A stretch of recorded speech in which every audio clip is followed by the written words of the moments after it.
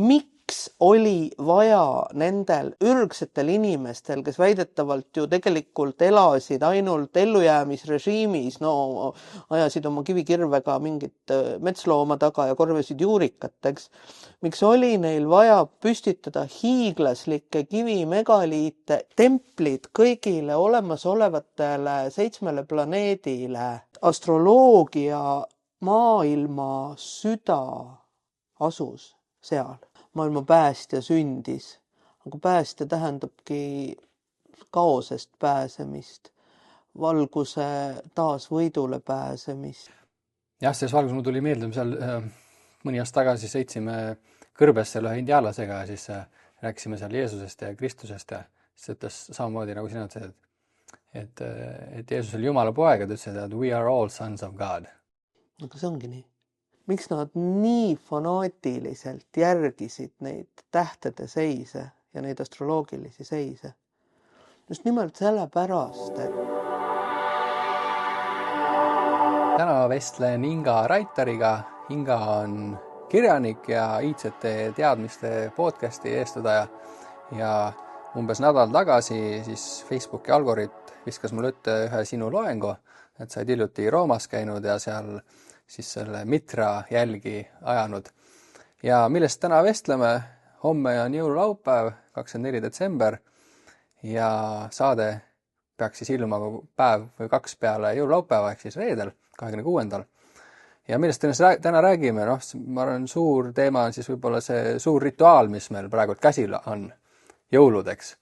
Ja jõulud, selle suure rituaali juured on sinna. Eile siis keegi jagas Facebookis, ma võib-olla loen selle siis alustuseks sisse, ma jagasin seda enda seina peal ka. Natuke sellest jõulurituaalist siis Eesti nurga alt. Et selle naine oli siis Piret Räni, kirjutas, et see, et taevajumala laps satub maa peale sekeldustesse, hukkub ja siis läheb taevasse tagasi, ei ole üldse kristlaste välja mõeldud jutt. Juba muinas ugrilastel oli see lugu teada ja karupeiesid, mille käigus Jumala laps taevasse tagasi saadetakse, peeti veel hiljaaegu. Ehk peetakse tänapäevalgi. Karu, ülijumal, tooriumi laps on obri ugrilaste esivanem. Kõrgem olend. Uskumuste kohaselt oli karu Jumala lapsena taevas, aga sattus maa peale. Pärast surma on tal võimalik hingena tagasi pääseda. Selleks korraldatakse hukka saanud karule peied, pühitsetakse 4-5 päeva ja lauldakse sadu pärimuslaule. Niimoodi kantakse edasi suulist pärimust. Siis ta siin ütleb, et karu on esivanem, karu on metsade kaitse ja valitseja, metsavaimu kehastas. Võib-olla sellest karust ja Eesti sellest nurgast räägime vähem, aga täna, kus me siis oleme, pööripäev oli paar päeva tagasi ja valgus on tagasi tulemas ja küllap siis täna tuleb sellest valgusest juttu ja ka siis sol on üks sõna siis ladina keeles päike.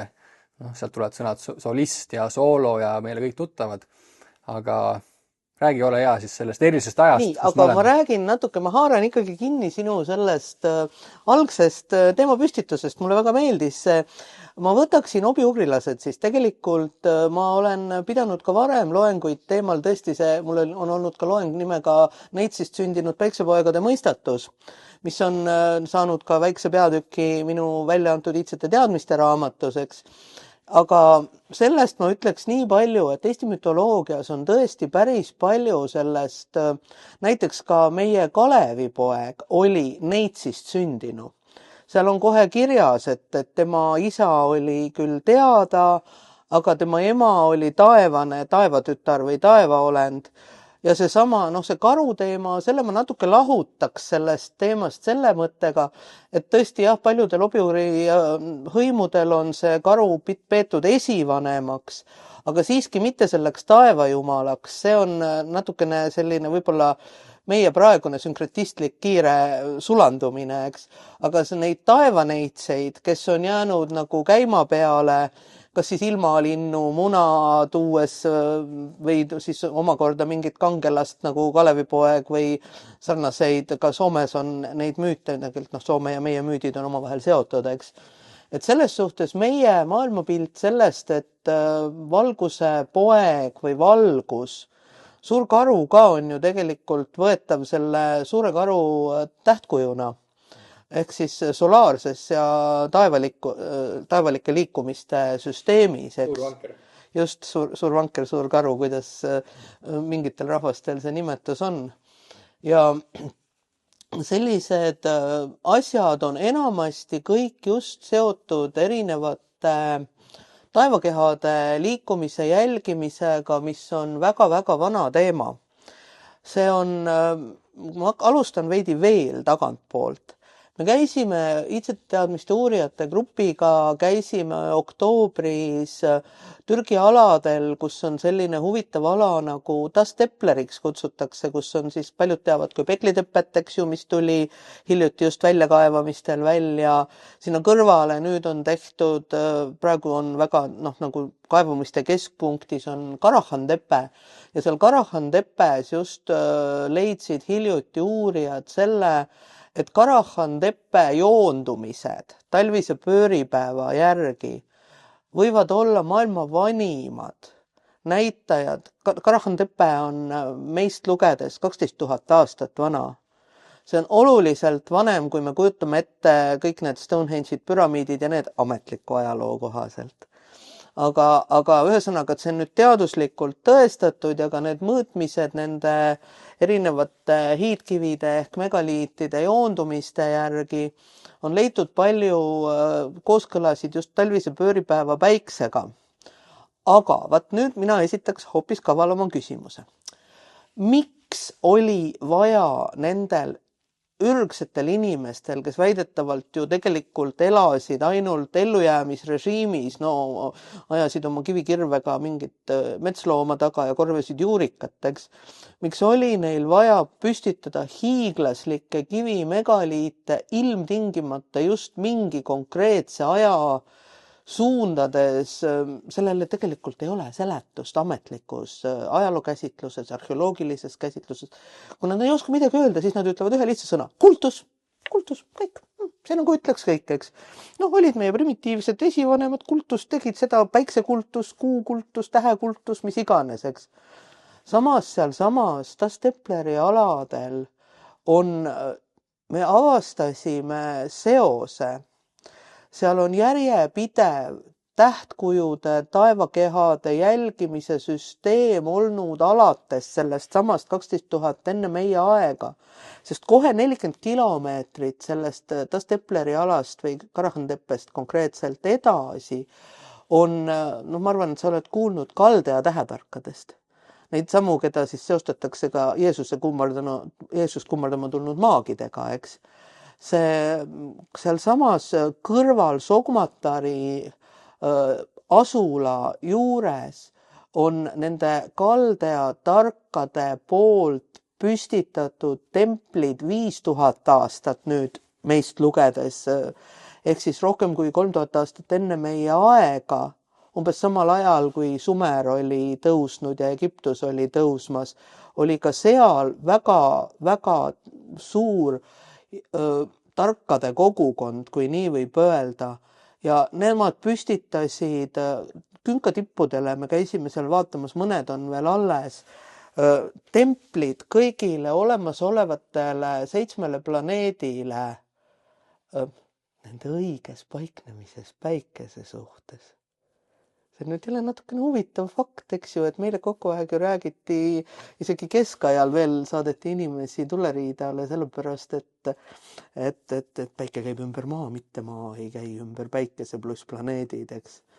Aga kuidagi 3000 aastat tagasi Kaldea tähetargad teadsid seda, mitte lihtsalt, et kes kelle ümber käib, vaid seda, kuidas ka need planeedid, mis kaugusel üksteisest paiknesid, need mäetipud on seal ilusasti jälgitavad ja loendatavad, eks ju.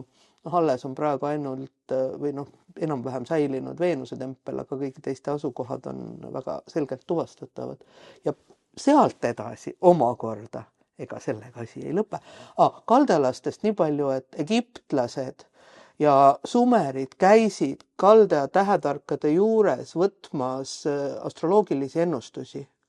Mis tähendab, et veel kord selle ala nagu nende samade solaarsete ja planetaarsete liikumiste ka astroloogilise arengu, kuna sind huvitab just, ma tean, astroloogia, eks arhetüüpne, et astroloogia maailma süda asus seal.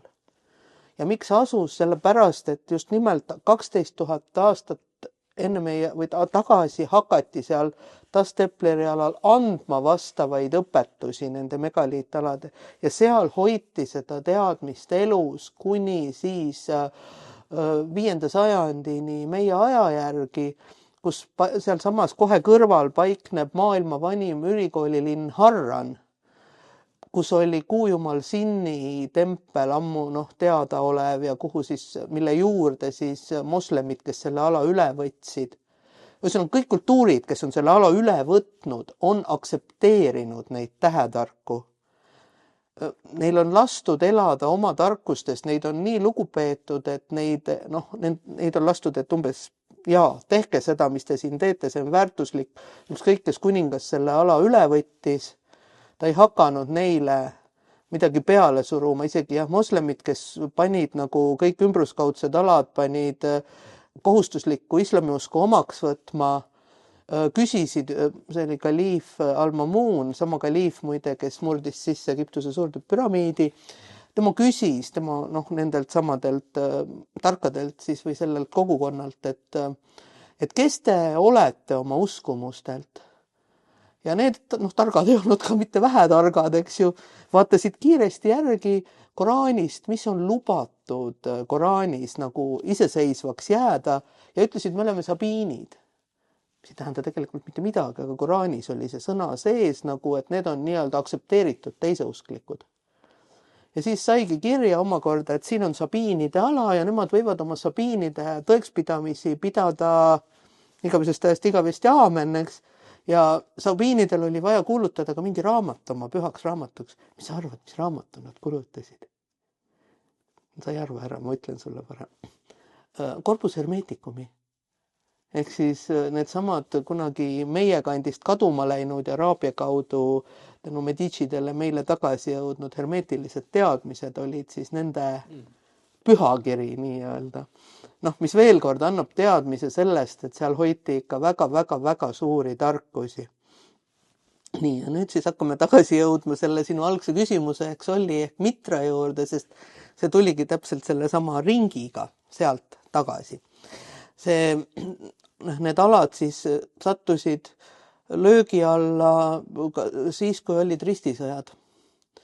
Ja ütleme siis nii, et keskaegsed kiriku inimesed ei olnud isegi enam nii tolerantsed, kui olid meie silmis nagu vaenulikuks püütud kuulutada islamivalitsejad, kes, nagu ma ütlesin, jätsid neile õiguse oma tarkusi edasi harrastada või uurida või edasi kanda, eks. Sattudes kristlike ristisõdade ajal, kristlased nimelt tahtsid vallutada iga hinna eest sealsamas omakorda Harranist 20 kilomeetrit kõrval asuvat Uri linna, mida me tunneme ka piiblist, mis praegu kannab nime Sanli Urfa. Ja seal oli siis linn, kus väidetavalt prohvet Abraham sündis. Piibli järgi on natuke teine lugu. Aga nemad tahtsid seda siis nii-öelda Abrahami linna tagasi, selle peale käisid ususõjad ja siis ka hävitati Harrani ülikoolilinn ja hävitati ka see oli siis umbes 1000 aastat tagasi, sai siis see ütleme siis 11 000 aastat kestnud kultuur, mis uuris tähti, planeete ja seda lõpetas kahjuks. Jah, ei saa ole kedagi peale nende samade keskaegsete kirikufanaatikute süüdistada, isegi ei süüdista, nagu selle teo toimepanejatena tunnistada. Aga mis õnneks juhtus? Nüüd ma jõuangi kohe sollin, ära arva, et ma olen su küsimuse unustanud. Lihtsalt need on pikad lood ja vanad lood, eks. Ja ma olen neid uurinud ka 15+ aastat. Et see Harranis hoiti, nagu ma siis ütlesin, peale Aleksandria raamatukogu ainsaid Corpus Hermeticumi ehk Hermes Trismegistose ehk Egiptuse kultuuri järgi Tothi, smaragdtahvliteks ka nimetatud nagu iidseid tarkuse teadmisi. Ja see käsikiri, loomulikult seal tõlgiti araabia keelde, hoiti alles, neil oli kaliifi luba hoida seda kui oma pühakirja. Ja see oli siis aeg, kui Euroopas hakkas toimuma, võiks öelda nii-öelda esimesed renessansi võrsed hakkasid jõudma just nimelt toona siis Veneetsiasse, mis oli väga suur kaubalinn. Veneetsia kauples Väike-Aasiaga, ka Pärsiaga, kus olid siis veel zoroatrismi teatavad ilmingud, kuigi väga paljus oli juba islam midagi üle võtnud. Ja sealt hakkasid jõudma just nimelt sellise valgustatud, meie mõistes siis valgustatud miljonääri, sest ta ei olnud aadlik Medici, hiljem sai ta aadliseisuse. Et üks nagu Medicidest, nendest ei jõua nii pikalt rääkida, andis väga suure hulga oma pangaga kogutud rahast selleks, et taastada neid iidsete kultuuride salateadmisi. Kui omal ajal Pärsia kaliifid maksid kullas kreekakeelsete ja nende filosoofiliste ja muude Aleksandriast ellu jäänud või päästetud käsikirjade eest, siis nüüd omakorda hakkas Giacomo Medici maksma sealtpoolt araabiakeelsetest maast, ka enamasti siis sealt samast Uri piirkonnast jõudvatele, sellest, miks see oli see Uri piirkonda, ma mainin, on see, et sealt läks kuulus siiditee ka läbi, sellepärast see linn oli ka ajalooliselt väga oluline. Ja sealt ka kaubamehed said sealt kuulda nii tarkustest kui ka võtta neid tarkusi kaasa oma kaubavedudele, siis kui nii võib öelda. Ja sealt siis jõudsid need tarkused tagasi Veneetsiasse, kust nad hakkasid siis hiljem, võiks öelda poolsalateadmistena, et mitte rohkem öelda, jõudma siis meie aladele. Ja siis taas elustati väga suur hulk neid teadmisi. Sest tõesti see Mitra, kelle kohta sa küsisid, oli olnud väga oluline ka Rooma impeeriumi ajal, kus samamoodi need teadmised olid samamoodi jõudnud Rooma läbi selle, et Rooma vallutas suure hulga ümberkaudseid alasid ka Väike-Aasias, mitte küll nii palju, aga ikkagi. Ja siis Rooma kõrged sõjaväelased vajasid, kuidas ma sulle ütlen, mida vajab sõjaväelane, kes teab, et tema töö on selline, et surm võib olla ülehomme.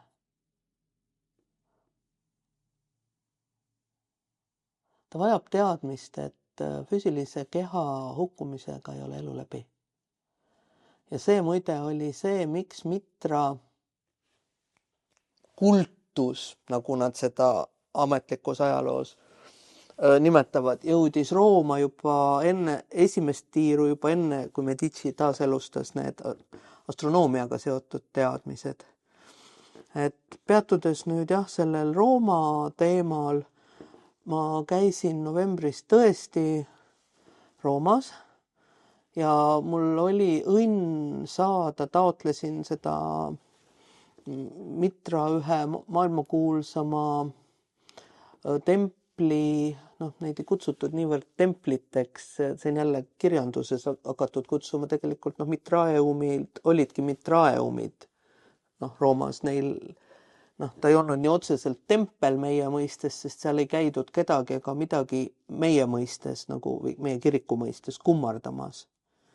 Nende peale enamasti ehitati kirikud hiljem, sellepärast, et nagu me teame, kirik kirjutas väga palju iidseid pühakohti üle. Ja siis mul oli suur õnn saada kontakt selle ühe kõigi Mitra teemade uurijate jaoks ühe kõige olulisema Mitra keskusega, mille nimeks on siis Santa Prisca, Santa Prisca on ta selle järgi, et tema peal asub praegu siuke väike Santa Prisca kirik. Ja see asub üsna selle Circus Maximuse lähedal Rooma sellel künkal, kus on kogu aeg olnud kõrgaadli elupaigad. Ja ta ongi kunagi ka antud ühe kõrgaadliku poolt kasutada just nendele Mitra pühitsetutele. Ma kogu aeg katsun otsida sõnu, sest et meie keeles jälle, ametlikus kirjanduses ka, kui ma loen ingliskeelset teaduskirjandust näiteks või mingeid ürikute tõlkeid, eks, nad püüavad ütelda kogu aeg Mitra kultus. Mina väidan, et tegu ei olnud kultusega. Tegu oli pühitsetute ringiga. Jälle taaskord, miks ma alguses tõin Medicid ja nüüd hüppan tagasi, see on omavahel seotud. Et need Mitra kogukonnad või kogudused tegelikult põhinesid müsteeriumidel. Müsteeriumi läbinud said õiguse käia ühtmoodi asjadest arusaajate, kui nii võib öelda, siis kogukonna üritustel. Selle kummaline, kui sa ei ole Eestis, võiks tuua natuke paralleeli meil siin samas Tallinna lähedal oleva Lilleoru kogukonnaga, mis ei ole mitte mingis mõttes sekt, see selleks, vaid põhimõtteliselt see on samamoodi samast asjast teada saanute, samad asja õppinute kooskäimise koht. Olen ise seal 8 aastat õppinud, eks ju. Nii. Ja selles suhtes nagu need Mitra pühitsetud, seal oli 7 astet nendel pühitsustel, millest siis 5 olid kättesaadavad tava inimestele või selles mõttes, et sa võisid jätkata tavalist elu, kui sa olid saanud 5 pühitsust. Ja edasine juba eeldas kõrgemat pühendumist ehk siis mingit muutust oma tavaelus. Ja jõuan tagasi sõjaväelaste juurde. Pühitsus number 5 ehk siis kõrgeim tavapühitsus kandis nime lõvid. Ja nendes Rooma mitraumides on just leitud hästi palju seinamaalinguid, kus siis nagu pühal õhtusööma ajal, mis termin ei ole juhuslikult, ma ei kasutanud seda, selle on kirik hiljem üle võtnud üsna sarnaselt, toovad just nimelt lõvid, lõvideks riietunud mehed, neid püha õhtusööma aja roogi siis, et pidada koos seda õhtusööma aega. Lõvi on ju väga selge sümbol, ta on kuninglikkus, ta on vägi ja just need samad Rooma koondunud erinevatest idamaadest või muudest maadest läbi käinud kõrgsõjaväelased, kes olid näinud nii halbu asju kui ka võib-olla teistsuguseid asju. Ja vajasid kindlasti ka selleks teadmist, et nende elu ei lõppe nende füüsilise keha külmaks muutumisega. Siis nemad hakkasid neid, ja need olid selliste mitte rumalad kultused, mitte sellised, et mingi kamp tuli kuskile keldrisse kokku ja hakkas pead vastu seina peksma, vaid just nimelt tarkade, haritud, materiaalselt kindlustatud meeste kooskäimise klubid ja nüüd teeme väikse hüppe sinna Medicide juurde ja sealt omakorda edasi meeste juurde, kes tunnevad üksteist ära käesurumise järgi. Mitra pühitsuses, esimeses pühitsuses oli öeldud, need mehed tunnevad üksteist ära käesurumise järgi, mis nagu viib praeguste, tegelikult Mitra ümber koondusid oma aja esimesed salaühingud, kui nii võib öelda, meie mõistes. Nad kohtusid sõna otseses mõttes põrandal, sest Mitra legend, nüüd hakkan natuke selle valguse legendini jõudma. Mitra legend ütleb, et Mitra sündis Koopas. Seesama legend muide on päris mitmete valgusega seotud jumaluste või olenditega seostatud olnud ka varem. Ja sinna neid tseremooniaid, mis siis koondasid neid pühitsuse läbi viinud inimesi, peeti sellistes koobaspühamutes ja need olidki sellised nagu õhtusöömaajad või pühad söömaajad, kus siis jagati rooga ja jagati roaga ka leiba ja veini, eks ju, jagati mingeid vormeleid, jälle kas kõlab tuttavalt, eks. et ja see põhiline tähtpäev, siis Mitro sünnist rääkides, Mitro sünnipäev oli 25. detsember. Ja 4. sajandil meie aja järgi otsustasid Rooma riigiusuks kristluse kuulutanud imperatorid, et kuna seda Mitra pühitsused siis ei olnud nagu massidele, seal olid, kogukonnad olidki enamasti sellised väiksed, umbes 20-30 meest, naisi ei võetud, aga nende kaudu teadmine sellest, et Sol Invictus või võitmatu valgus sünnib 25. Ja kuna seda võtsid omaks ka 2. sajandil ehk 2 sajandit enne, kui kristlus kuulutati Roomas riigiusuks, võtsid omaks ka Rooma imperaatorid, kes hakkasid Mitrat pidama oma, võiks lausa öelda isiklikuks jumaluseks, sest ka nemad tahtsid olla invictused, võitmatud. Siin jälle tuletaks meelde Prantsuse kuningat, kes kuulutas ennast päikesekuningaks, eks ju, see ei ole mitte ära kadunud soov nendel olla. Ja siis tänu sellele seda 25. detsembrit tähistati Roomas just nimelt keiserlikult, väga pidulikult, väga kuninglikult. See ei olnud masside püha. Masside püha oli enne seda, oli 17 kuni 23 toimuv Saturnaalia, mis olid suured pidustused, kus toimus just selline, ma ütleks nagu meie praegu need kommertstilu-lilu, et toimusid pidustused, kus võis mängida hasartmänge, ohjeldamatult juua, teha kõike, mida nagu muidu ei tohtinud teha. Ja kus just nimelt orjad ehk madalklassid võisid tunda ennast paremini, sest siis oli nende aeg nii-öelda ülemustel või peremeestel oli kohustus neil lubada teha kõike seda, mida nad muidu ei tohi teha. Ja tänu sellele siis need pidustused olid populaarsed nii madalklasside kui kõrgklasside hulgas nagu tervikuna, kui me alustame siis 17. detsember kuni 25. detsember.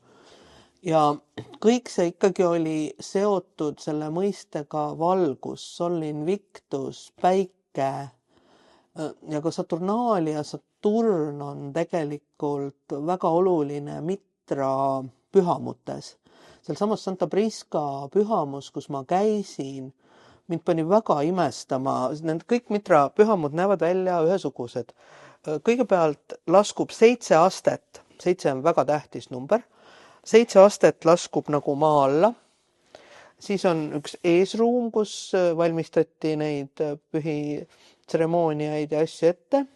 Siis on selline koopa või tunneli moodi ruum, mille mõlemad küljed on kaetud nagu lammamisistmetega, kus siis sai see kogukond siis lammades pidada oma õhtusööki.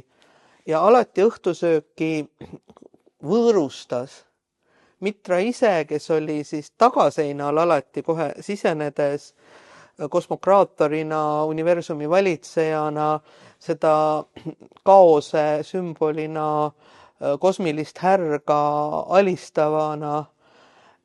Aga Santa Prisca Mitreumis pani mind mõtlema fakt, et see Mitra ei olnud nagu üldse kõige suurem kuju seal sellel pühamu lõpuseinal või seda pühamut on võrreldud nagu kosmilise sündimise tunneliga, et sa alustad sisenemist kaosest ja siis sa läbid selle templi osa või jälle ma kasutan sõna tempel, eesti keeles ei ole pühamu kohta väga palju teisi sõnu. Sa läbid selle pühamu kui sünnikanali jõudes Jumala ehk valguse ehk mõistmise ehk iseenda juurde. Ja seal oli all sellesama härga ehk siis loomalikkust ehk siis kosmilist kaost alistava härja Mitra kuju all lamas üks hiiglaslik vana mees, kes oli üleni kullatud olnud kunagi. See võib olla ka üks põhjus, miks sellesse Mitraeumi pääseb ainult koos kuraatoriga ja eelteatamisega ja ainult nii-öelda spetsialistid ja uurijad, mitte turistid, et neid kullalehti on veel siiamaani selle hiiglasliku kuju peal päris palju näha. Ja ta oli sellepärast nii tehtud, et see oli just Saturnus, kes kreeka keeles on Kroonos ehk ajavalitseja. Ja mida oli kujutatud? Kujutatud oli see Saturnus lamas, ta oli pea toetatud käele ja ta nägi und. Öeldakse, et Saturnuse või Kroonose või aja isanda unenäod on tulevik. Ta näeb unes seda, mis tuleb. Ja tema unenägu oligi siis kujutatud selles Mitra ja härja tapmise stseenis, ehk ta näeb päästjat. Ta näeb päästjat, kes päästab inimkonna, kuidas öelda, loomalikkuse kaosest.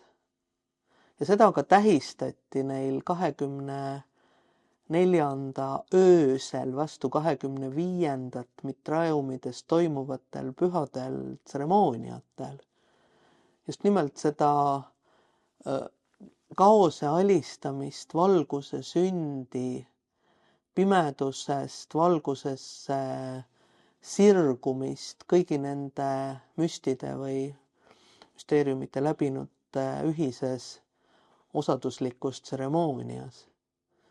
Ja tulles nüüd tagasi siis Rooma, kui 4. sajandil kuulutas keiser Theodosius, see oli siis aastal, ma võin sulle täpselt öelda, 393, kuulutati kõik teised kultused, usud, siis religiooni veel ei olnud kui sellist, kõik teised jumalate austamised, siis ütleme nii, kuulutati keelatuks ja ketserluseks. Ja selle eest sai karistada, sellise kuulus aeg, kui need uue usu fanaatikud, me ei taha neid kutsuda kristlasteks, nad olid küll uue kiriku fanaatikud, neid soositi, nad tormasid, tõesti murdsid sisse filosoofide kodudesse, filosoofid põgenesid Roomast, see kõik on dokumenteeritud. Nad hävitasid vanade jumalate kujusid sellise aeg, kui Rooma kuulus Parthenon peksti segi, eks ju, seest kujud just. Et tempel ise jäi alles ja tehti hiljem selleks kristlikuks pühakojaks. Ja nii edasi, palju koledat tehti. See oli umbes sama aeg, kui hävitati see, mis oli alles jäänud Aleksandria raamatukogust Egiptuses, suur tempel nimega Serapeion. Ja siis samal ajal oli teada, et need endised Rooma, võiks öelda siis võimsad, võimekad, rikkad, kes olid nagu sattunud väga halba olukorda, iga hetk võisid mingid, enamasti olid need, kes neid fanaatikute rühmi moodustasid, sellised harimatud, tegelikult asi meenutab oktoobrirevolutsiooni Peterburis, kui purjus madrused lõhkusid talvepalee peegleid ja tegid kõike seda nii-öelda kommunismi võidu nimel, et üsna sarnane olukord. Ja siis need, Rooma saadlit kui sellist küll ei olnud, aga sellised, ütleme siis, positsioonikamad ja jõukamad inimesed käisid koos salakohtumistel nendes samades mitraeumides. Just nimelt lootuses valguse sünnile selles riiki tabanud kaose pimeduses. Ja nendega olid seotud väga mitmed omal ajal isegi keisrikojaga seotud inimesed ja sealt kaudu tegelikult mingi osa sellest teadmisest säilis ja osa, nüüd juba jõuame sinnani, et jõudis ka Vatikani, kus on ka nii, et on kõrgteadmised, mis ei anta tavakirikulistele, kui nii võib öelda. Ja on need, ühesõnaga see ametlik dogma, mida siis pidi vankumatult uskuma. Aga ühel hetkel siiski saadi sellest aru ja võimukirik sai võidu, mitraeumid põletati, selle kohta on väga koledaid kirjeldusi, aga õnneks neil oli väga vähe, praegugi öeldakse, et mitraismist pole väga palju sisulisi teadmisi, et kõik see tuleb rekonstrueerida. Ja ma olen nüüd sellega tegelenud, nagu sa alustasid, see oligi minu viimase loengu teema ja mind on aidanud väga palju nende teadmiste rekonstrueerimisel, teadmised näiteks, mis võib olla huvitav, joogalikest pühitsustest üldse, ja pluss ka neid samade teiste iidsete kultuuride uurimine, kust tekivad, kas või nende kaldajatarkade teemad, kust võib leida väga palju selliseid huvitavaid seoseid. Ja siis jah, see teadmine suundus kuskile sügavale põranda alla, aga jäi alles sel lihtsal põhjusel, et ega see Medici, keda ma siin mainisin ka tema oli lihtsalt keegi, kelle majanduslik ja riiklik positsioon võimaldas tal näidata, et ma hindan neid teadmisi ja ma hakkan ka toetama neid, kes neid teadmisi kuskil vaikides põranda all on sinnamaani edasi kandnud. Tema hakkas looma uuesti orfikute koole, ta lõi uuesti, ta maksis kõige suuremat raha Platoni teoste eest kusjuures. Ja tänu temale on Platon tagasi tõlgitud Euroopa keeltesse, sest see oli vahepeal ikka väga keelatud kirjanduse hulgas. Ja siis ka jah, nagu just nendest, ühesõnaga seda valgust kanti edasi, kuni see jõudis renessanssi, kuni sellest saigi siis valgustusliikumine, mida me ka teame, ja mis siis omakorda tegelikult viis Euroopa sellest vaimupimedusest vabanemiseni, mida kirik oli hoidnud üle 1000 aasta. Ma veel kord ütlen ükskõik kuulajatele ka, ma eristan institutsiooni nimega kirik, mis tegeleb võimu hoidmisega ja vaimseid liikumisi, mis on olemas ka müstiline kristlus, mida ka ei ole väga palju ja ei ole levinud. Lihtsalt teadmiseks, et ma ei ole mitte mingil juhul mingi vaimse teema vastane, vaid vastupidi ja mitte ka ateist kindlasti mitte, mind on sellepärast ka sildistada püütud, et vastupidi.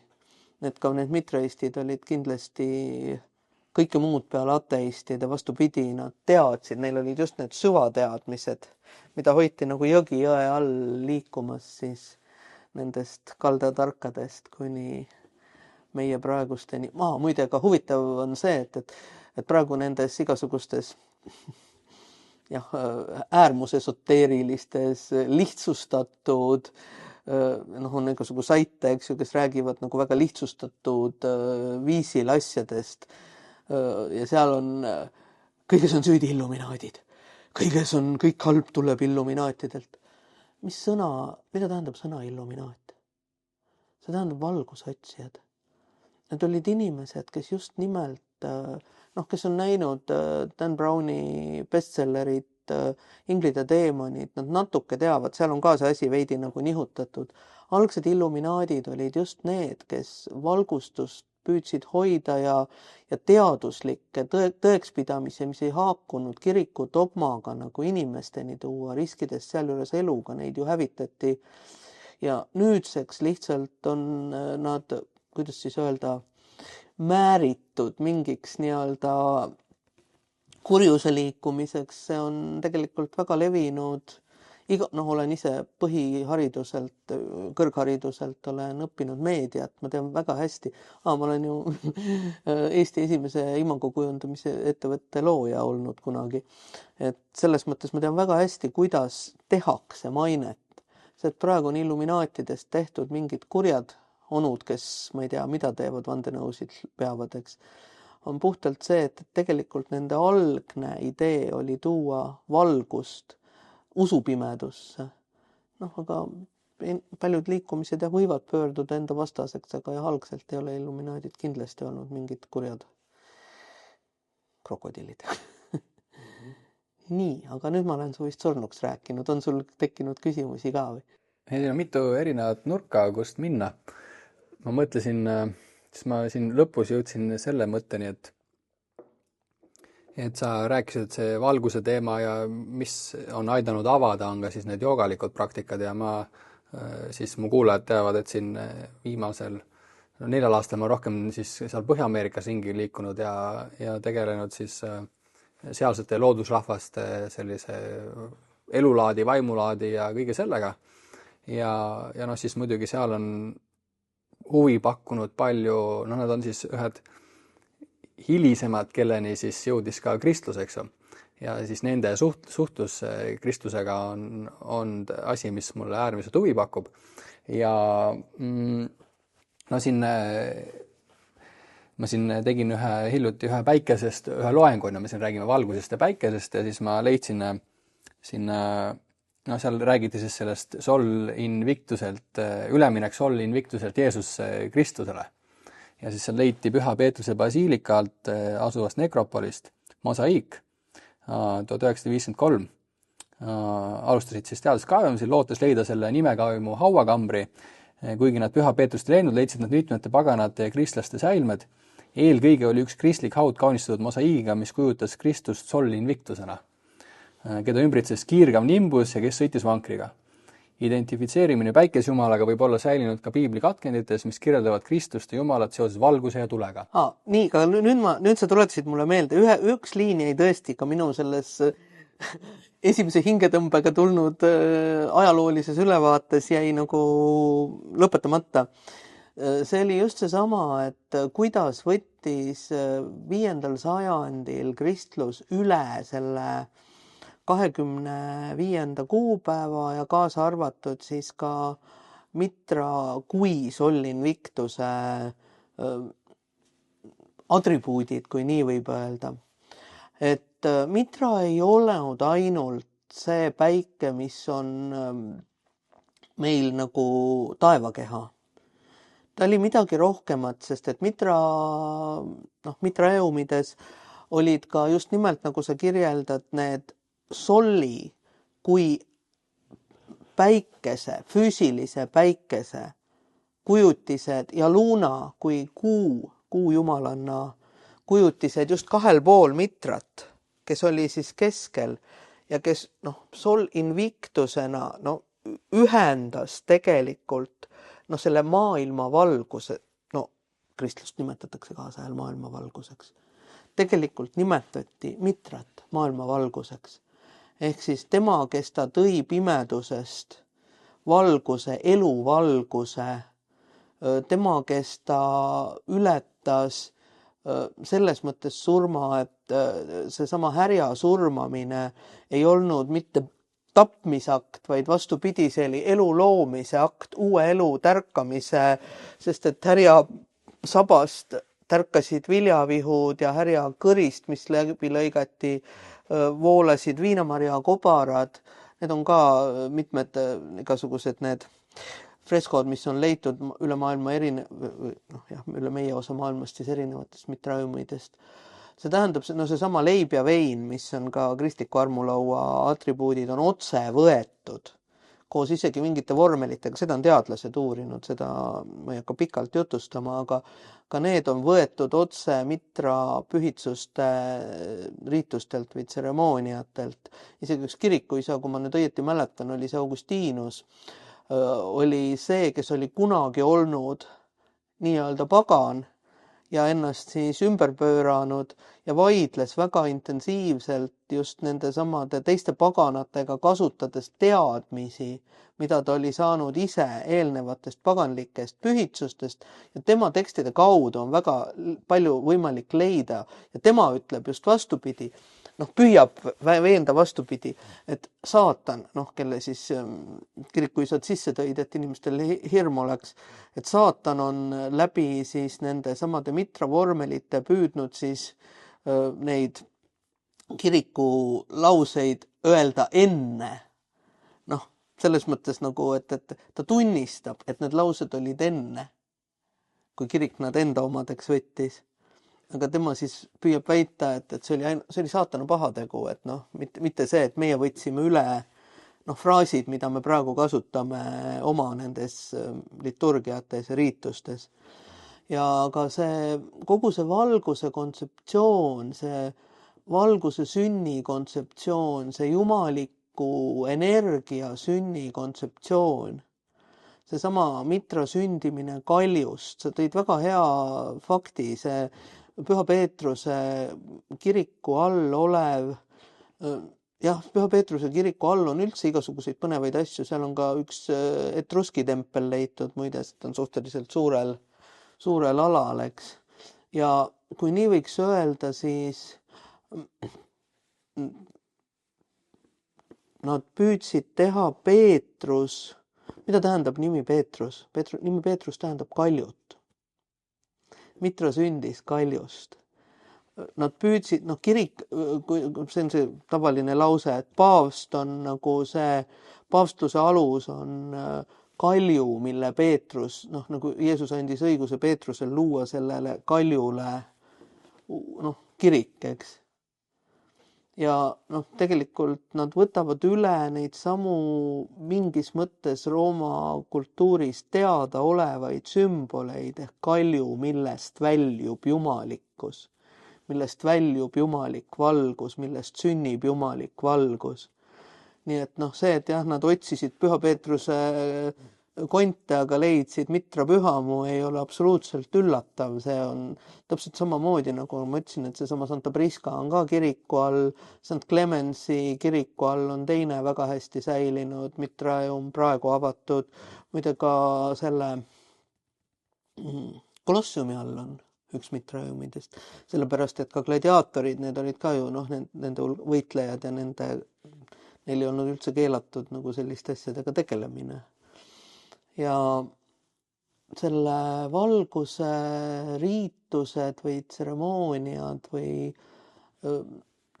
igasugused rituaalsed vormelid, muide ka algpiiblis on viide kuskil, kuna piiblit on nii mitu korda ümber tsenseeritud ja kokku pandud ju ka alles 4. sajandil meie aja järgi tekstid, et ka kuskil olla olnud algselt lõik, et Jeesus sündis koopas, mis siis hiljem asendati talliga, aga samas, kui me oleme käinud seal nendes Egiptuse ja sellega piirnevates kõrberiikides, seal väga suur hulk talle ongi tehtud kaljudesse ehk koobastesse, kuna puid seal ju väga ei olnud. Kui sa lähed Petlemma praegu ei saa minna, ta on Palestiina territoorium, sorry, aga kui sa lähed Petlemma, siis sealne see sünnikirik läheb ka maa alla, läheb ka nagu koopasse. Et ikkagi kuidagi nagu see ülevõtmist on olnud väga palju ja ikkagi rõhutan, et Jeesuse sünnipäev ei olnud määratletud päevana enne 5. sajandit ehk 482, võin jälle mingi kopikaga eksida. Et enne seda me teadsime või oli määratletud ja tähtede järgi, horoskoopiliselt oli määratletud päev, mil tulid need samad 3 tarka, kellest on saanud nüüd kuningad, aga põhiliselt algselt olid nad maagid või targad. Ja kes olid siis näinud tähti või tähte ja nende selle tähe või tähtede seisu või kombinatsiooni järgi arvutanud välja, et toimub midagi olulist, eks. Ja väidetavalt keegi on võtnud aluseks Jupiteri ja Saturni konjunktsiooni võimaliku selle viitena ja jõudnud septembrisse, täpsemalt 6. septembrile 7 aastat enne Kristuse sünniks. Ja teine variant on see, et kui võtta aluseks praegu 7. jaanuaril tähistatavat 3 kuningapäeva. 3 kuningapäev, nagu nimigi ütleb, on see päev, kui need 3 maagi või 3 tarka jõudsid siis sündinud lapsukest kummardama siis kui me paneme praegu tähiseks, et sündmus leidis aset ööl 24 vastu 25, siis vaene Maarja pidi külmetama seal koopas või laudas 2 nädalat, et neid maage oodata, nii ikka päris vist ei olnud, eks, et tal ei ole et ma arvan, et see on lihtsalt püütud nihutada 2 sündmust nagu lihtsalt, nagu on otsegi öeldud ühes käsikirjas, et üks kirikuisa, kelle nimi mul praegu peast, Süüria kirikuisa nimi tuleb praegu meelde, kirjutas otse välja, et Jeesuse sünnipäev on sellel päeval meie poolt nüüd sellepärast, et paganad pidasid sel päeval oma valguse jumala sünnipäeva, tegid lõkkeid, tegid igasugu pidusid, kutsusid sinna ka kristlasi ja kristlastele need peod meeldisid ja siis selleks, et see meile nagu omane oleks, me kirjutasime selle ka nüüd oma jumala sünnipäevaks, vot nii. Et tema lihtsalt selliselt ütles välja, see ei läinud loomulikult ühtegi ametlikku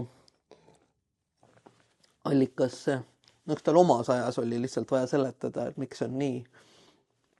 Et jah, see tegelik valguse tärkamine, see oli midagi sügavamat kui ainult see, kuidas ma siis ütlen, lihtsalt, et üks päikesetsükkel lõpeb ja teine algab. Seda on ju pühitsetud tõesti kõigis maailma, vähemalt põhjapoolkera riikides väga oluliselt. Nii siin meie kandis on ju talvine pööripäev olnud väga oluline ja talvisele pööripäevale järgnevad siis need 3 päiksepesas olemise päeva pluss siis uue valguse sünd. Aga selle kiriklikuks toomine jah, sündis 500 aastat peale seda sündmust, mis väidetavalt pani aluse sellele legendile ja tõesti kokku viidi need asjad selleks, et see rahvale meeldis, mitte mingil muul põhjusel. Järgneb kiire teadaanne meie sponsoritelt. Selle YouTube'i kanalil on üks sponsor, kelleks olen ma ise. Minu kodulehelt ricoveskivali.com on võimalik siis registreerida astroloogilisele konsultatsioonile. Sünnikaardi konsultatsioon kestab 1,5 tundi ja maksab 80 €. Me teeme seda üle videokõne. Minu kodulehelt on võimalik mugavalt sellele aeg broneerida. Planeetide liikumise ja maapealsete sündmuste vahel täheldatud kooskõlade seast peetakse kõige olulisemaks siis sünnikaarti. Sellel, kus planeedid olid isiku sünnihetkel, on tähenduslik mõju tema edasisele elukäigule. Vanimad sünnikaardid ulatuvad sinna Platoni ja Sokratese aega, ehk siis üle 2000 aasta on astroloogiaga tegeletud. Sellised kuulsad nimed nagu Galileo, Kopernik, Johannes Kepler, Carl Gustav Jung, Stanislav Grof, Richard Tarnas, kõik doktorikraadidega teadust edasi viinud inimesed olid astroloogid. Miks mitte tulla astroloogia konsultatsioonile ja näha, milline on sinu suhe sellega, mis seal üleval on. Nii, kas ma nüüd vastasin? Jaa, ma veel toon siis selle nurga sisse, et sa ütlesid siis, et sealt see jooganurk on avanud või need joogalikud teadmised on ka aitanud siis nende iidsete teadmistega rohkem tegeleda ja siis ma mainisin seda Põhja-Ameerikat ja need loodusrahvad seal ja ma olen rohkem siis tegelenud seal nende Lakota indiaanastega ja seal Lõuna-Dakotas külas käid ka 2 korda. Ja miks siis minu silmis on nemad erilised, on see, et nad olid siis ühed viimased, kes üldse siis sellele uuele korrale siis kes viimastena siis vastu andsid ja siis ka viimastena sinna reservaatidesse pandid seal, ütleme siis 1880 umbes nii. Siis, et nad on siis selles valge mehe maailmas nii-öelda elanud umbes siin 140 aastat. Ja kristlus siis neile tulnud üsna hiljuti võrreldes siis siin soome-ugridega või soomlastega või saamidega isegi või eestlastega. Ja tänu sellele on ka neil siis üsna selline värske vaade sellele kristlusele. Ja kuidas siis Lakota keeles kristlus on Wanikia, aga see sõna Wanikia on vanem kui kristlus. Aga see tähendus on sama, see on päästja. Ja ja täna siis on see vanikia on saanud ka Kristuse sünonüümiks. Ja see pääste aspekt ja seal siis muidugi seal rääkisin siis ühe pühamehega ja siis ja noh, nendega on üldse huvitav kristlusest rääkida või kuidas nad seda kõike näevad, sest meil noh, siin läänemaailmas on teatav selline eelarvamuste pakett, millega me ka suhtume kirikusse ja kristlusesse, eks ju.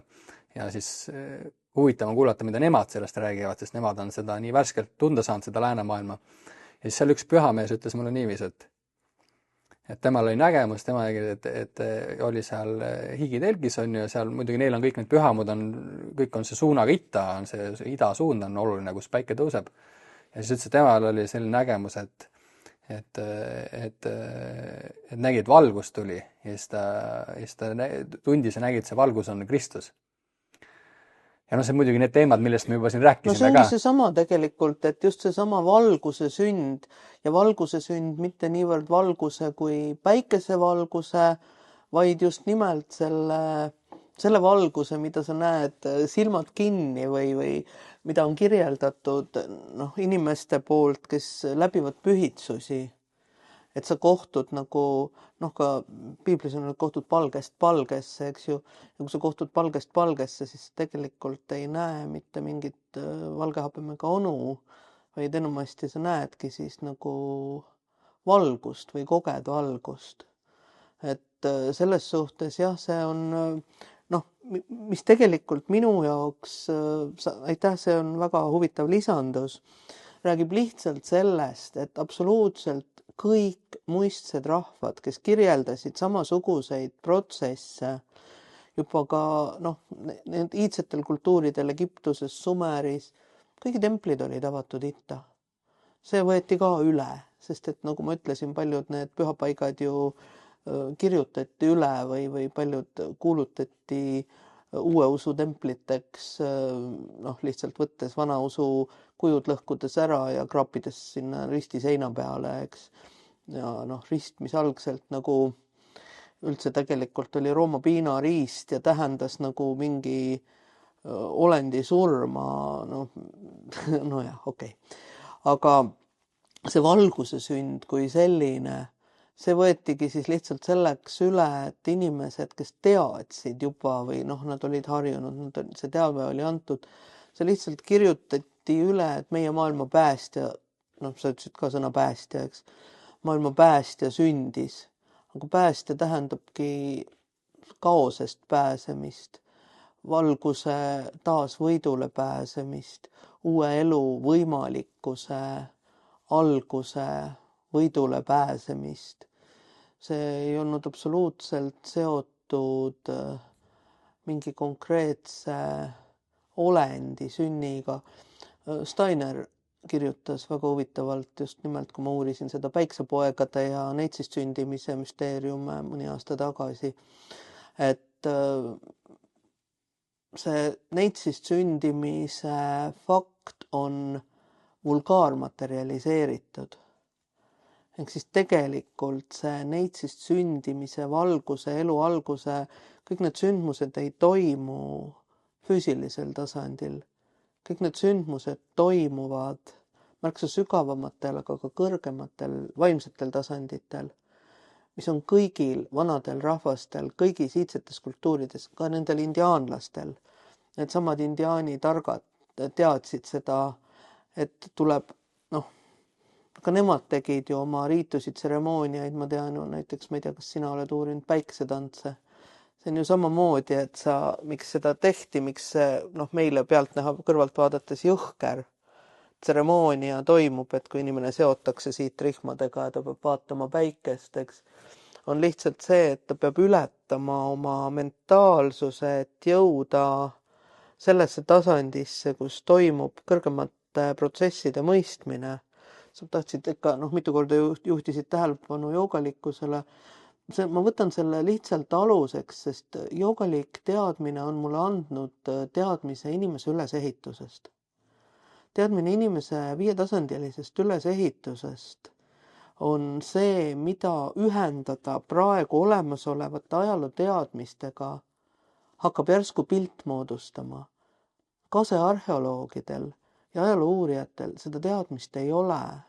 ja siis nad ei oska mingeid lauseid või isegi nad võivad leida mingi fraasi või mingi värsi, eks. Nad ei oska seda konteksti panna, sest nende ainus kontekst on see sama, nagu mina nimetan, vulgaarmaterialistlik.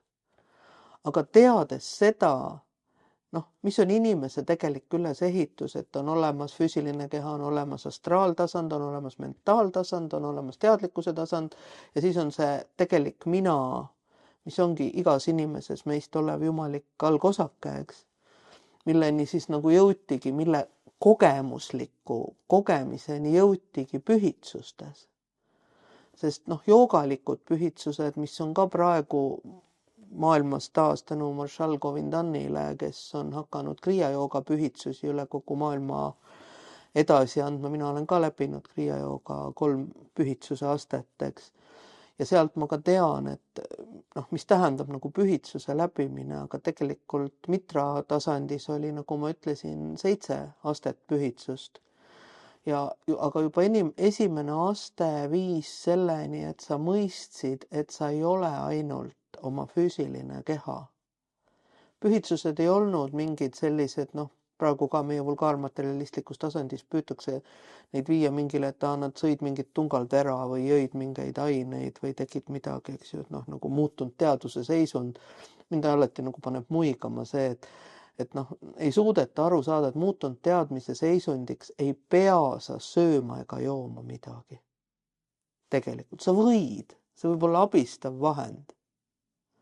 Mingid taimed, mida nagu põlisrahvad, just indiaanlastel on kasutuses olnud, need ajuhaškad näiteks ja need on olnud selleks, et aidata inimest ületada meie tsivilisatsioonile ürgomane väga kivistunud mentaalsus ehk mõttekontseptsioonid, mida me usume nui 4 või kas või 24. Et põhimõtteliselt selle ületamine on võimalik ka lihtsalt vaimsete harjutustega. Ka näiteks mitrapühitsustel on olnud teada, et inimesed pidid enne seda puhastuma, nad pidid paastuma, erinevates astmetes tegema erinevaid vaimseid harjutusi ja siis alles olid nad võimelised mingeid neid riituslikke pühitsusi vastu võtma, eks. Võin rääkida põneva loo kõrvale, see on minu küll eelmise kuu loengust, kus me just rääkisime sellest, et miks salateadmised pole kättesaadavad igaühele. Oli see, ja mis sobib ka mitra teemasse, oli see, et kui Armeenia, kuhu ma ka olen teinud iidsete kultuuride uurimisreise, seal on üks professor Araat Tunjan, kes just meile seal, kui me grupiga seal käisime, kuna Armeenias on mitra tempel siiamaani olemas ja just sealt Armeeniast jõudis ta keiser Nero kaudu nagu Rooma valitsejateni, kui Rooma alistas Armeeniaga, see on juba pikem jutt, et siis Ra rääkis meile just nimelt neist 7 pühitsusastmest ja mida see tähendas. Ja siis, kui Nero, siis Armeenia valitseja, Tigran oli ta nimi, ma eeldan, tema siis kummardas, andis talle voli olla siis et siis Armeenia kuningas on siis Nero vasall.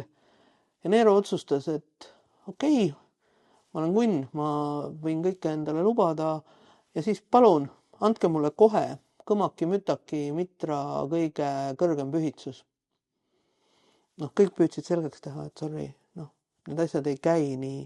Pühitsused käivad aste-astmelt, järjest inimesest puhastades nagu seda, mis sa ei ole, et sa järjest aste-astmelt jõuaksid selleni, kes sa tegelikult oled, mis siis tegelikult ongi see jumalikkus sinus, millega kokkusulemiseni iga inimene pürgib, eks. Ja miks ma ka enne ütlesin, et inimlikku tavaelu jätkamist saab teha alles 5. astme pühitsuseni. Ma panen meelega käe siia, see käib mööda inimese tšakrate tasandeid. Aga ei, Nero arvas, et ta on nii kõva vend, et ei ole häda midagi. Enam-vähem kaasaja mõistes preestrile pandi nugakõri peale. Kuningas ei saanud, endine kuningas ei saanud ka midagi öelda. Ja see tehti ära. Sest Nero nõudis, vastasel juhul löön teid maha siin, eks ju, mina ütlen, mis juhtus. Mille järgi me tunneme kaasajal keiser Nerot? Ta oli hull, täpselt. ta läks hulluks ja pöördumatult kahjuks. Seda on tagasi võtta ei saanud. Ta ei olnud algselt hull. Ta läks hulluks, kui ta lasi teha endaga asju, milleks ta ei olnud valmistunud. Ja see ongi see, mis nagu ei ole, meie praeguses materialistlikus ühiskonnas ka nagu arusaadav, et pühitsused ei ole mingid, joon midagi sisse või ma ei tea, lasen midagi teha või vaatan internetist midagi ja siis eks ju, või teen mingeid, ma ei tea, pobisen mingeid lausungeid, mida loen kuskilt Alistair Crowley raamatust, eks. Et jah, need asjad tegelikult nõuavad iseenda sees tööd ja see ongi see, mida näiteks joogalik teadmine õpetab. Ja miks nagu tasub sellega kokkupuutega, kui soovid hakata mingeid salateadmisi või neid teadmisi õppima, siis tasub seda just nimelt alustada iseendaga tööst. Mitte lihtsalt ei tasu, vaid kõik ongi varasemalt seda teinud, kõik need müsteeriumi kunstid on alanud sellest, et tuleb soovija ja talle hakkavad siis kõrgemate astmete tegelased andma mingeid teadmiste kilde, mida integreerides oma ellu saab ta hakata seda teed siis valguse suunas liikuma, selle tegeliku valguse, millega kaasneb loomulikult ka sol kui päikesevalgus ja luna kui kuuvalgus. Üks suur teema, mis siin, me oleme praegu siin 23. detsember ja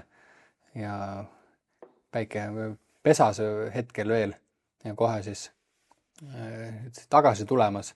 Ja siis see teine sama motiiv, mida ma siis seal indiaanlaste juures olles olen näinud ja võib-olla siis niiviisi kõige rohkem tajunud. Ja see on muidugi, kuidas nad ka ise sellest räägivad ja kuidas nad siis suhestuvad, on siis see hommikuaeg. Et kui meil siin praegult on siis valgus tulemas siis sellisel suurel mõõtmel nii-öelda tagasi, et siis valgus tuleb tagasi ka igal hommikul ja just selle aja erilisus, et nad on sellele pihta saanud. Et kui tervendav on see näiteks, kui öö läbi istuda ja siis just see hommik ära oodata. Aga see tegelikult sa kirjeldad seda, mida kõik müsteeriumi kultused tegelikult näevad üsna sarnaselt. Muide ka mitral oli kogu aeg, kui sa vaatad ükskõik millist mitra altarit, siis 2,5 mitrat on 2 tegelast kogu aeg. Nende nimed Rooma kultuuris on Kautus ja Katopates. Üks kannab tõrvikut, mis on suunatud üles ja teine kannab tõrvikut, mis on suunatud alla, ehk siis need on valguse, päikesevalguse või füüsilise valguse tõusu ja füüsilise valguse langust sümboliseerivad ja mitra siis nende keskel on see valguse presumptsioon kui selline, ja eraldi veel päike ja kuu ka tema kohal. Kogu see sümboolika tegelikult räägib sellest Egiptuses, näiteks oli üsna sarnaselt. Egiptuses oli olemas Ra, kes oli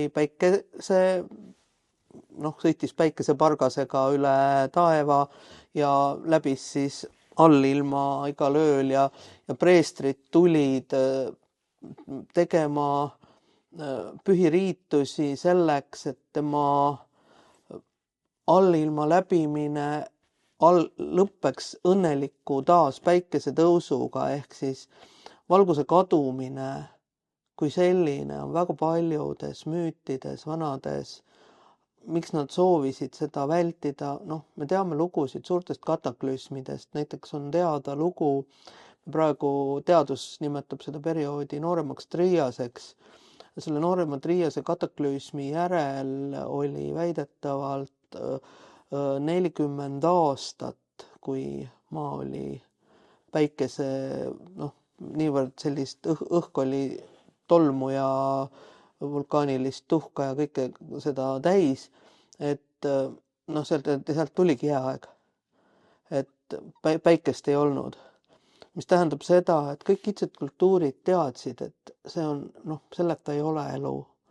Ja selle tõttu just nimelt ka seal Egiptuses on samasugused riitused, kus preestrid läksid enne päikesetõusu tervitama siis ja selle aspekti nimi oli omakorda Ra-Horakte ehk siis horisondi hooros ehk siis see, kes tõuseb horisondilt uue valgusena.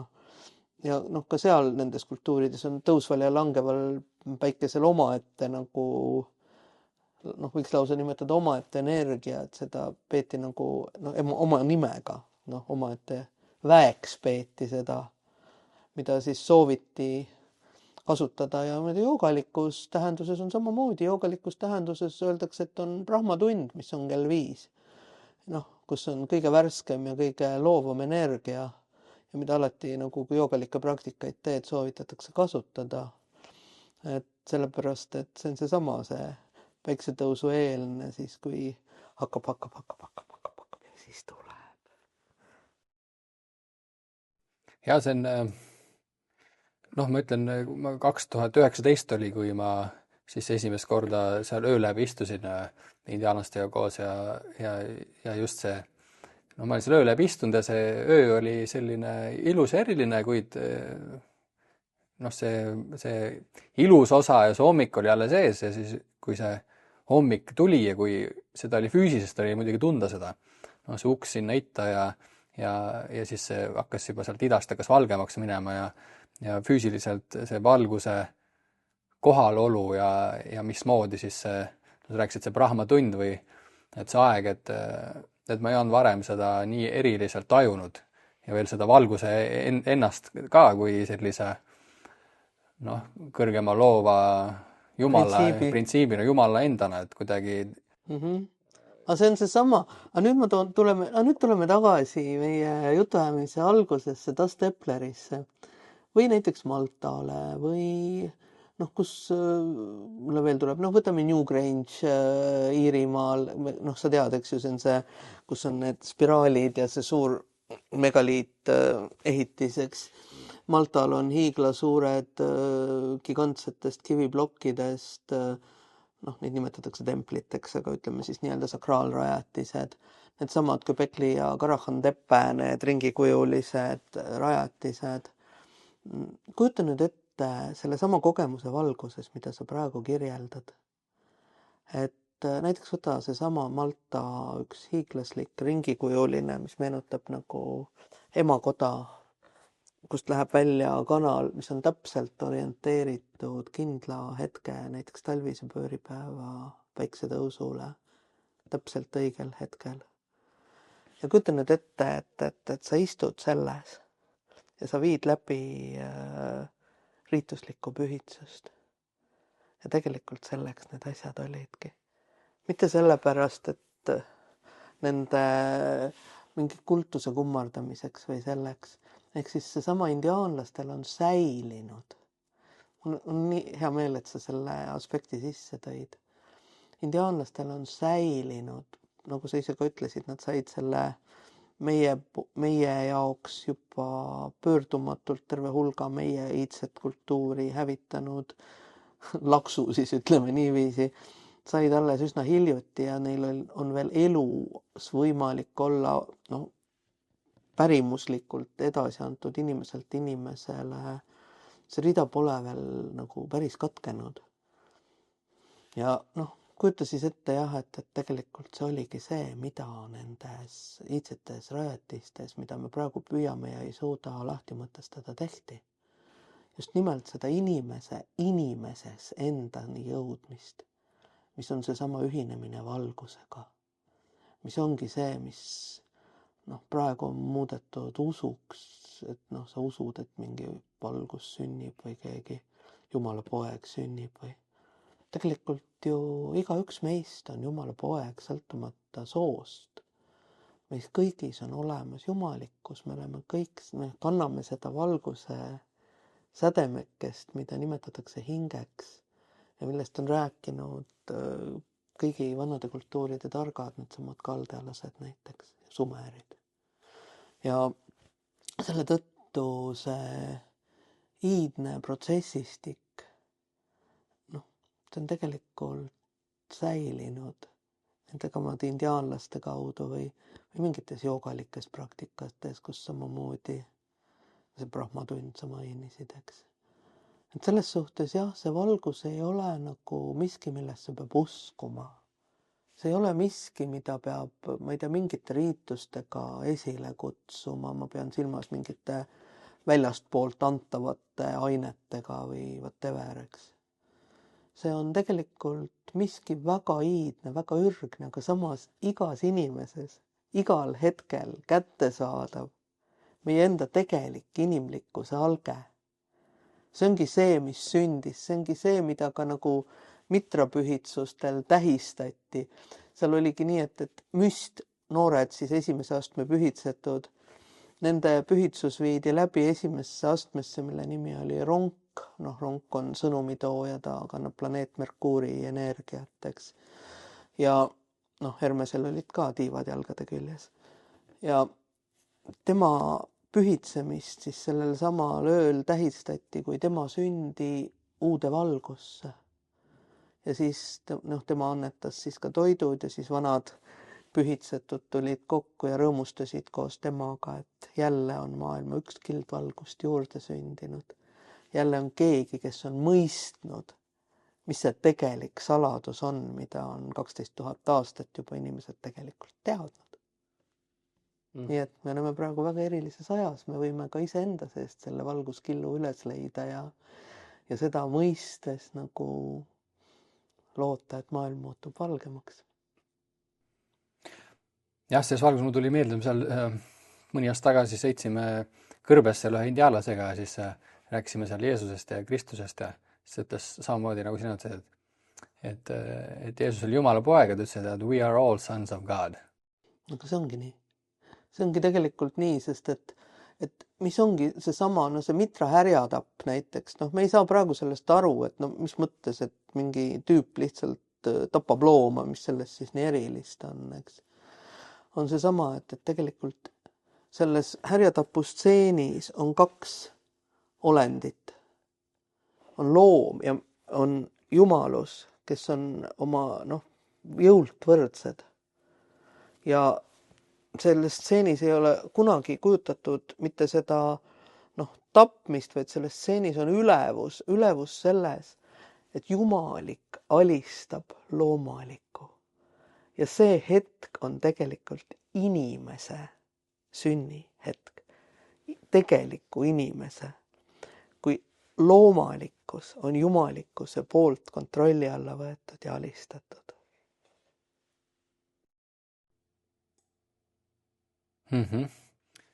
Ja võib-olla siia, kui me siin vestlesime, siis mul tuli meelde, me siin rääksime Göbekli tepest ja muudest monoliitest ja Stonehenge ja siis või siis seal Iirimaal ja Newgrange ja Malta templid ja. Et nad on seal, siin just Facebookis oli näha ka, meil oli siin see talvine pööripäev ja siis kõik ootavad seal seda hommikut seal, kus see päike siis õigest kohast tõuseb ja täpselt joondub seal nende megaliitidega. See oli üks asi, mis olen just neid Lakotade asju rohkem uurinud, et kui nad seal suvehooajal või siis soojal ajal mööda preeriat liikusid ja piisoneid küttisid, siis talveks nad kolisid sinna Black Hillsi, mustadesse mägedesse, kus siis täna on need kuulus Mount Rushmore, need 4 presidendi nägu raiutud.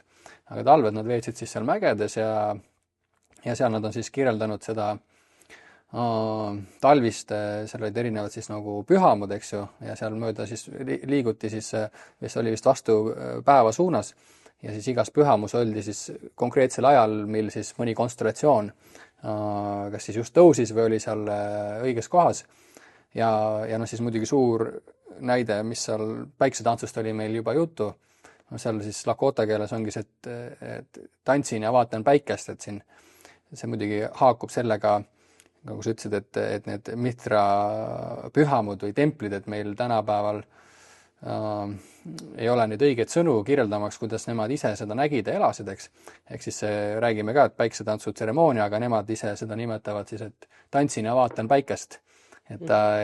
Elus. See ongi see, mina näiteks teen vahet kahel asjal. Mina teen vahet rituaalil ja riitusel. Ja alati ütlen, et kui ma räägin rituaalist, rituaal on ütleme näiteks, väga hea näide, mis on rituaal? Rituaal on see, mis toimub kirikus. Kindla by the book raamatu järgi viiakse läbi mingi hulk mingeid tegevusi, mille puhul 90% inimesi enam ei tea, mis on tegelikult nende tegevuste algne tähendus. Nad kordavad seda lihtsalt sellepärast, see on samamoodi nagu, kui me jõule peame. Kas me teame näiteks jõulude pidamise puhul, miks on oluline verivorst jõuluajal? Tegelikult algselt oli see ohvrikakk, loomaveri, siis pandi, kuna liha väga palju ei olnud, eks ju, liha ei olnud, pandi siis soolikasse, täideti teradega ja viidi ohvriks. See on, nagu ma ütlen, verine ohverdus, mida me teeme tänapäevani. Me ei tea paljude asjade tegelikku tähendust, aga nüüd siis tulles tagasi riituse juurde. Riitus on elus protsess. See on see, mida sina kirjeldasid. Kui indiaanlane tantsib ja vaatab päikest, ta ei tee rituaali. Ta elab riitust. Elabki seda nagu konkreetselt teades, miks ja mida ta teeb. Ehk siis asja juures on teadlikkus.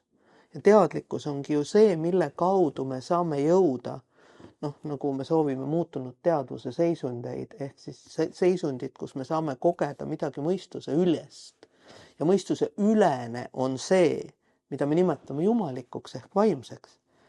Nii et selles mõttes jah, kui me nagu teeme rituaale, lihtsalt kordame mingeid tegevusi, siis nende tulemus ei ole mõistuse ülene. Nende tulemus võib olla lihtsalt hea emotsioon. Me lähme jõulude ajal kirikusse, me kuuleme ilusaid laule, me saame positiivse emotsiooni loodetavasti, eks ju, kui ei ole mitte see, et on trükimine külm või midagi muud veel või haigutama ajab või mõtleb, et kas kodus praeahi on sees. Aga teine asi on see, et minna elavasse riitusesse, mitte lee, vaid see. Eesti keeles on väga hea need sisseütlev kõneviis ja pealeütlev kõneviis, eks ju, riituse lee, või tähendab rituaali lee minnakse, riituses see minnakse. Ühte minnakse nagu fiktiivselt, ehk siis lihtsalt ollakse mingi asja pealtvaatajad, teises asjas minnakse sisse ja nagu sa ise väga ilusasti ütlesid, elatakse seda. Elatakse selle sündmuse kaudu endas midagi muutuma või, sest kõigi pühitsuste, riituste ja nende eesmärk on ju muutus, transformatsioon, millegi muutmine millekski. Mitra näitel seesama, et muutmine pimeduse valguseks või loomalikkuse inimlikkuseks või kõik need, kõigi riituste eesmärk on ju sisuline transformatsioon, rituaali eesmärk on lihtsalt teha mingeid tegevusi, sest nii on alati tehtud või nii on õige teha. See on väga ilus ja oluline mõte. Pani kohe mõtlema. Jah, selle eelmisele mõttele juurde lisada, et kui siis uurisin selle päiksetantsu kohta ja seal vanasti nad tegid seda, nüüd on see natuke see kuupäeva nihkunud sinna augusti algusesse, aga vanemal ajal tehti seda suvisel pööripäeval. Ja siis veel seal sellises kohas nagu lakota keeles on see Mato Tipila, ehk siis Bear's Lodge, siis kaasaegses keeles siis Devil's Tower, kuulus mägi, mis nii maa seest välja tõuseb Ameerikas seal Black Hillsi lähedal. Ja vanasti siis seda päiksetantsu tehti seal ja kuidas nad siis kirjeldasid seda, et siis kui nemad seal tantsisid, siis päike, kus samal ajal taevas oli, siis ta läks sinna ühe mingi kindla konstellatsiooni peale, kui nad seal tantsisid. Ja siis nad kirjeldasid seda niiviisi, et kui nemad siin all tantsivad, et siis, ja see päike on siis nende tähtedega seal sünkroonis, et siis need vaimud seal üleval, need tähed seal üleval ka tantsivad samal ajal, kui nemad siin all. Mida ta kirjeldab? Vaat see on jälle nüüd nagu üks huvitav asi, see ongi see sama, sa mainisid enne Stonehenge'i või mingeid neid megaliitseid rajatisi, kuhu minnakse vaatama, et näed, jah, nende kahe vahelt tõusebki päike, inimesed teavad siit seda ja siis kuidagi tundub nagu, me saame aru, me teame, me ei olegi neist rumalamad või vastupidi, et me oleme ju nii targad, et me saame aru, et näed, nad panid hiiglaslikud kivid, mille kohale toomise tolleaegsete vahenditega ei ole nagu füüsiliselt võimalik, eks, panid paika lihtsalt selleks, et teada, et sealt pilust tõuseb sel päeval päike või? Siin on pigem seotud selle samaga, mida sa kirjeldad, et püüti fikseerida kindlate energiate kogemise kindlaid aegu ja see on väga vana teadmine. See on kindlalt veeuputuse eelne teadmine ehk eelmise tsivilisatsiooni teadmine ja needsamad megaliidid on ju samamoodi jäänud meile siia tsivilisatsioonist, kes teadis teatavatest asjadest jumal paraku rohkem kui meie. Ja just see, et kui me läheme näiteks, võtame selle sama Stonehenge'i näite, siis sellesse kiviringi olles eelnevalt veendunud, et see pragu näitab seda ja seda tähte. Ehk siis seesama nii-öelda hiidkividest kell fikseerib meile mitte ainult päikesetõusu või päikseloojangu mingil ajal, vaid mingi väga kindla ajahetke, siis sel hetkel, kust on tulnud seesama hermeetiline kuulus lause nagu üleval nii ka all. See on see, mida sa kirjeldad, eks. Meie siin all tantsime ja üleval, nagu indiaanlased ütlevad väga ilusti, et vaimud tantsivad ka. Ehk tegelikult meie siin all oleme valmis mingi energia vastuvõtuks läbi riituse, mida me teeme. Ja üleval, ehk siis kosmilisel tasandil, see energia sel hetkel võimendub ja on just siin punktis läbi nende seisude kontrollimise võimeline meieni jõudma ja me võime sellest osa saada. See on see nüüd nii-öelda osaduse saamine jumalikuga, mida kirikus püütakse teha kirikupühade nime all rituaalina.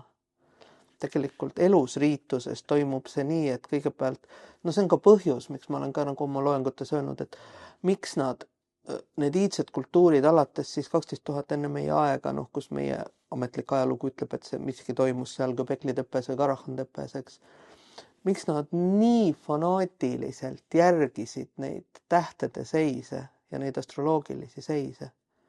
Just nimelt sellepärast, et olla võimelised fikseerima hetki, kui taevas ja maa on teatavate energiate seisukohalt sünkroonis. Ja siis minnes kohta, mis tähistati siis megaliitidega, kuna megaliidid peavad vastu ajast aega. Mitte sellepärast, Stonehenge'i, kui öeldakse, et see on külvi või mis iganes kalender, pane 3 puutükki või ja nii edasi. Et just selles kohas, just sellel ajal, just selliste seisude ajal on võimalik nii-öelda nagu üleval, nii ka all kogeda reaalselt teatavaid transformeerivaid protsesse. Ja see on nagu see põhjus, miks tehti kindlatel aegadel kindlaid riitusi. Mitte sellepärast, et lihtsalt me usume, et see on õige päev ja kalendris on kirjas. Ja mul nüüd just siin lõpus tuli meelde see, et üks Lakota mees, kellega rohkem natuke uurisin teda ja Urbid muidugi isiklikult tundsid teda ka, tema nimi oli siis Wallace Black Elk. Ja siis see Wallace rääkis üks loo, et kui ta oli väike poiss, siis vanaisa võttis ta käe kõrvale ja hommikul vara äratas ta üles, ei tahtnud üldse ärgata, läksid õue ja siis istuvad seal, vanaisal on see Chanupa käes, siis piip jah. Piip on muidugi jällegi see, nagu see pühamu või see tempel, et ei ole päris õige sõna talle, et ta on palju püham kui piip ise olla saab, aga siis vanaisal see piip või siis see Chanupa käes ja siis ütleb need ootad, vaata, et sa ida suunalt, et kohe see hommiku või eha täht kohe tõuseb sealt. Ja siis kohe, kui see täht sealt pea välja pistis sealt ida suunalt, siis vanaisa hakkas mingit laulu laulma ja siis see väike Wallace Black istub seal ja siis tunneb, kuidas selline tuuleiil ja selline õhk ja seda, et me oleme nii palju asju ära unustanud. Ta kirjeldab väga ilusasti, ta kirjeldab kogemuslikku riitust. Ja kogemuslik riitus toimus just nii, nagu sa kirjeldad, eks ju, et just täpselt sel hetkel sa istud õiges kohas, sul on kaasas õiged varustused, ütleme siis nii, seesama Tšanupa oli ka selle, noh, näiteks abiks õige taim, Piip oli nagu püha taime, mitte meie oleme sellest teinud jälle, see on seesama, et kuidas meelerännu sõdalastest saavad meelemürgi sõltlased, eks, et noh, see on hoopis midagi muud. Kõik asjad, kui neid teadlikult kasutada, omavad mingit reaalset rolli, kui neid lihtsalt püüda kaifi saamiseks kasutada, ongi tulemuseks see, mis on, eks. Et siis, ja sa, noh, õige täht pidi tõusma, sa pidid istuma õigel ajal, sa pidid olema õieti ette valmistanud ja kogemus oli reaalselt tajutav. Energia liikus, mida siis ta koges tuulena ja ta sai selle energiaga teatavaid protsesse iseendas kogeda. No, väga hea kirjeldus, et just nagu paneb jälle mõtlema, et see ongi see, miks nagu iidsed tsivilisatsioonid tegid neid rajatisi, mida me kaasajal nimetame kultusrajatistest. Kultusega polnud mitte midagi pistmist, seesama koidutäht, ehatäht ehk planeet Veenus on olnud absoluutselt kõigis kultuurides väga püha. Seal on, noh, sellest võiks jälle eraldi loengu pidada, eks, aga kõigi nende järgi vaadates, et see on see päev, see täht tõuseb seal, noh, kõik Egiptuses oli ju seesama, miks on püramiidide šahtid teatavate tähtedele suunatud ja püramiidides viidi läbi vaarao kuningaks saamise ehk inimlasest jumalikustamise püha riitust. Mitte surma, vaid vastupidi elu, nagu uude tasandisse viimise riitust. Noh, nii nagu mitraiumides viidi tavainimene kõigepealt siis sellesse rongaastmesse, siis peigmeheastmesse, siis lõviastmesse ja nii edasi, eks. Et just need muutused, aga selleks oli vaja teada, mis toimub taevas, et saada siis juhtida seda, mis toimub maa peal. Võib-olla siia lõppu, et me täna oleme siis rääkinud palju päikesest ja valgusest ja sellisel erisel ajal ka, pööri ajal. Niiviisi, et mis sul pähe tuleb, võib-olla ei ole nii palju sellega tegelenud, aga kui me siin räägime päikesest, siis see on meile see kõige lähemal asuv täht, eks ju. Ja siis teine kõige eredam täht siis seal taevas, mida praegult ka hästi näha, Sirius, eks. Et mis sul selle, mu ei ole ise väga Siriusega nii palju, kui seal üks paar indiaanlaste mulle rääkinud, aga niiviisi paar lauset, et mis sul endal Siriusega seal kõige eredama tähega meelde tuleb? No Sirius on loomulikult, kõigepealt tuleb Egiptus, ehk siis, et Egiptuses algas ju aasta Siriuse heliaaklilise tõusuga, ehk heliaakliline tähendab siis, et Sirius tõusis koos päiksetõusuga, nagu sa kirjeldad. Ja täpselt seesama Siriuse ja planeet Veenuse seos on olemas.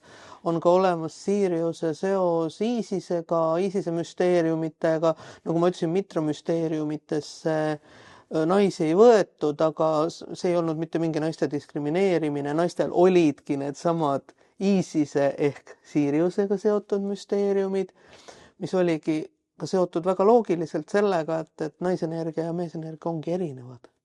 Me võime siin oma konstruktsioone, 20 sugu rääkida, kui palju tahame, eks ju. Tegu on erinevate energeetiliste protsessidega inimestes, mis on antud selleks, et meil on erinevad rollid siin maailmas täita, eks. Ja selles suhtes, jah, Sirius on, noh, või temast võiks veel edasi pikalt rääkida, jõuda Sirius A-ni, Sirius B-ni ja kõige selleni, eks. Aga ma arvan, et praeguseks piisab sellest, et jah, Sirius on just selle sama, noh, sa tõid ta kooskõlla siis päiksega, kui me räägime päiksest kui mehelikust algenergiast, nagu ta on olnud kõigis vanades kultuurides. Päike on olnud mehelik, sol oli mees ja Luna oli naine ehk kuu. Ehk kuu on ka seoses siis naiselikkusega, noh, samamoodi nagu Sirius ja Veenus, nad on kõik sama asja erinevate printsiipidega seotud energiate sümbolid, kui nii võib öelda. Et jah, tegelikult neid jälgiti mõlemaid ja just selleks, et noh, oleks võimalik mõlema energia kasutamine, noh, okei, tuleme siis, jääme ühe teema juurde. Siiriuse heliaakliline tõus ütleb ise, et samal ajal tõusid päike ja täht Siirius. Ja mis juhtus? Toimus Niiluse üleujutus ehk siis algas viljakusaasta. Kui need kaks väge, naiselik energia, mehelik energia, siin ma ei pea silmas mitte primitivistlikku ainult, et nii-öelda mees-naine tasandis, vaid märgatavalt kõrgemas, nagu Indias öeldakse nende kohta Shiva Shakti, eks ju, vaim ja energia, mis peavad ühinema selleks, et luua. Ja luua hoopis nagu kõrgemas tasandis. Võt see ongi see, kui meil kirik ütleb, et neitsi sünnitas ja viib selle asja, nagu Rudolf Steiner ütleb, vulgaarmaterialistliku tasandisse. Tegelik neitsi sünnitamine toimub hetkel, kui toimub Siiriuse heliaakliline tõus. Ehk siis valgus ja tema kõrval olev sügavam energeetiline aspekt samal hetkel ühinevad väikses ajavahemikus ja lükkavad käiku väga suured ja kõigi meie elu aluseks olevad protsessid. Väga ilus kirjeldus. Ma loen siia lõppu siis ühe oma lemmik tsitaadi Plotinoselt. Ma siin korduvalt kõlanud ka, aga võib-olla siia lõppu täna on rohkem tähtedest olnud juttu ka, siis võid ka võib-olla midagi lõppu öelda ja siis olemegi lõppu jõudnud. Tähed on nagu kirjutab siis Plotinos. Tean väga hästi, kes on Plotinos. Mina ütlen eesti keeles Plotinos, rõhud on erinevad, jah, olgu. Ja need seal Sokrates ja kõik nende rõhud on siuksed. Plotinos või Plotinos. Tähed on nagu sümbolid, mis end igal hetkel taevasse kirjutavad. Maailm on täis märke. Kõik sündmused on omavahel seotud, kõik asjad sõltuvad üksteisest. Nagu on öeldud, kõik hingab koos. Ega selle peale muud ei olegi öelda, kui et nagu üleval, nii ka all. Ja meie kõigi, minu üks esimesi loenguid oli teemal iidsetest sümbolitest. Ja tegelikult kõik maailma valitsejad, ma rääkisin siin Vaaraodest või kellest iganes, mis on, kui Vaarao pühitseti valitsejaks, tehti temaga mida? Temast tehti taevaliku harmoonia ja korrapära täidesaatja ja elluviija maa peal. Tegelikult meis kõigis.